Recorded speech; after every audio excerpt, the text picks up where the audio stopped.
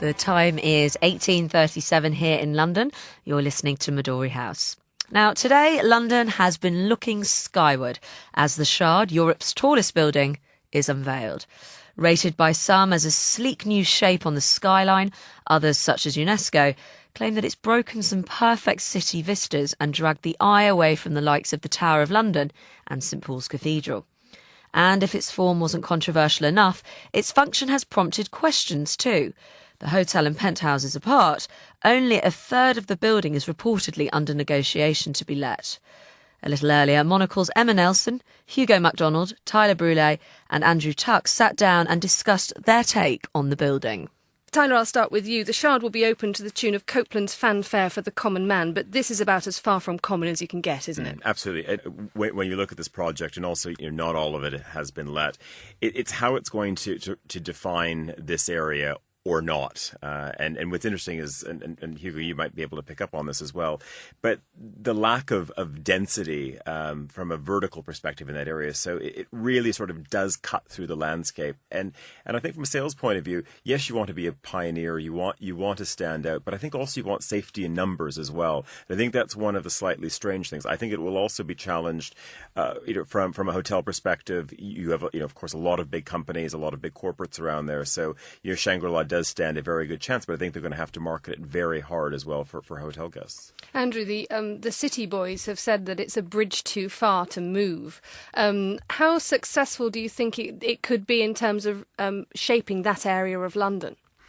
I think that argument you have to be careful about that, because these pockets of kind of high-rises can be successful for short term. We have an area on the south of London called Croydon, which actually was a boom town in the 50s, and when it was skyscrapers, our version of a little mini Manhattan, and it was successful for a short period. And then obviously we now have Canary Wharf, so you do get these areas which aren't actually very central, where you can drag people to for a short time.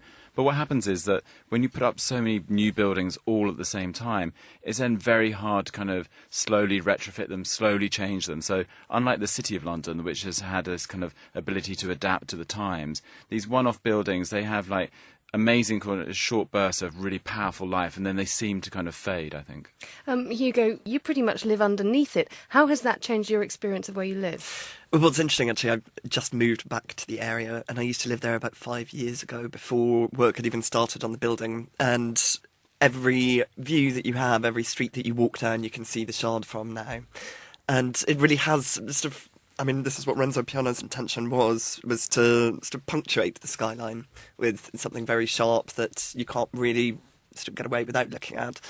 I actually like it. I've sort of lived with it as it's grown up, and everybody was horrified when it was just a big column of concrete.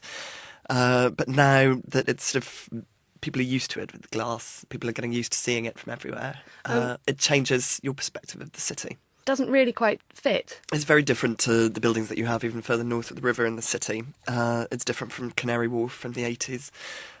But it's sort of what it represents, really, in terms of money being back in London. Andrew, it looks like only a third of the spaces has now been filled. What kind of image does that project of London on the global scale, that we've got this new building, but it's been built with foreign money, but it's not really a London creation and isn't really a representation of London? Again, actually, I wouldn't be too worried about that. I was unfortunately one of the early tenants of Canary Wharf when it first opened, and we were in 1 Canada Square, which was, the tallest building supposedly in Europe at that time. And it was a monstrous place, but they couldn't let it for love nor money. And in fact, I was working for a newspaper that was given a very cheap rent because they were just desperate to get someone on the floor. And sure enough, after 5 years, when the rents went up, they raised their rents, and we moved on. So I'm sure that they'll begin to find tenants. But that building had many floors still empty many years later, and it took about 10 years just for that one building to fill up.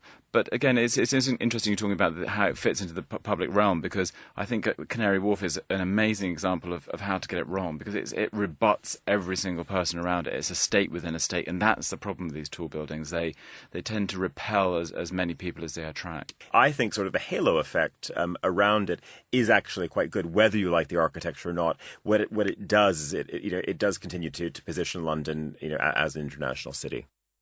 And now joining us on the line is John Hitchcox from You, the man behind more than 30 large-scale global property ventures. Hi, John. Hello. So thanks for joining me. What do you think the Shard means for London?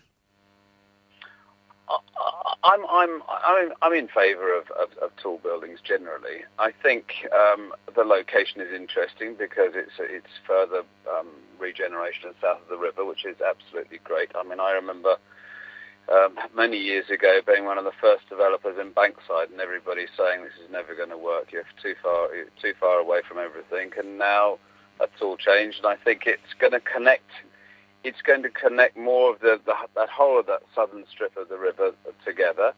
I mean, I agree with what Andrew's saying about Canary Wharf and certainly Croydon. I think this building is actually more central than both of those, and you have to be careful that they have an internal sort of they have an internal role.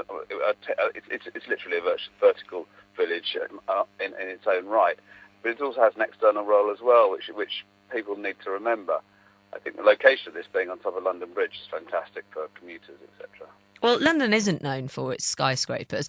Do you think this is going to have an impact on the way people think about our city, and how important do you think it is on a global scale? I think, when you've got a green belt and you've got one of the most successful, the most successful financial hub in the world, and one of the best city in the world, I think we're going to be forced up. You don't have, if we are going to continue to be successful, we are going to be forced up, and it provides for much more. If you go to New York, there's much more street activity. There's much more vibrance and liveliness on the street because I think of these tall buildings, because it Everyone's in the sky. It increases the density of the population, so when they move around, you see them. I mean, I think what's interesting about this when people read about it and hear about it is the Shard's funded by Qatari money in Maine. Do you think this could have happened with British money, British investment?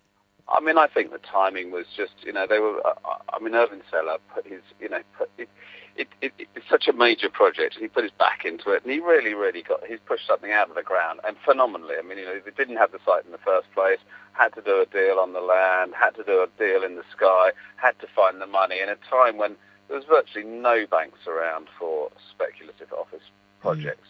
And, it's interesting, the Qataris have funded a lot of very, very high-quality, bold projects around the world, and in a way, you've got to take your hats off to them. In terms of how they're going to fill it, because this has been the topic of much discussion, which do you think is going to be most successful? The office part, the hotel part, the residential part? Which one? Well, the residential part's always much easier. The take-up of office space is much slower than residential, and also the demand for residential in London is so strong at the moment. So I think it's. I don't think one is necessarily going to be more successful than the other. It was interesting that they decided to put much more offices than residential in the project. I think the hotel is quite a challenging location in as much as it's not an obvious place, and there aren't that many very high quality hotels in the city or in the city fringes. So I think it's going to be interesting to see how the market reacts to that. But it's if I was to put those rank those, I'd probably go residential, office, hotel. Okay, well, we've forced your hand there. We'll see how your prediction does. But in terms of it will be very difficult to measure that prediction. Okay, we'll come back to it, I'm sure. But in terms of how you think the Shard is going to age, that's always my big question. How architecture looks. These tall buildings. I mean, if you go back to the 60s and look at how some of those buildings aged, they were appalling. And now we've got an era over the last 10, 15 years where these buildings have been very beautifully finished and designed to last. I mean, I hope it does. Renzo Piano is a very experienced, very good architect. I think it's a very bold and stunning piece. Okay, we'll have to catch back up on that one, and also how your predictions fared. So thank you very much indeed. That was John Hitchcox.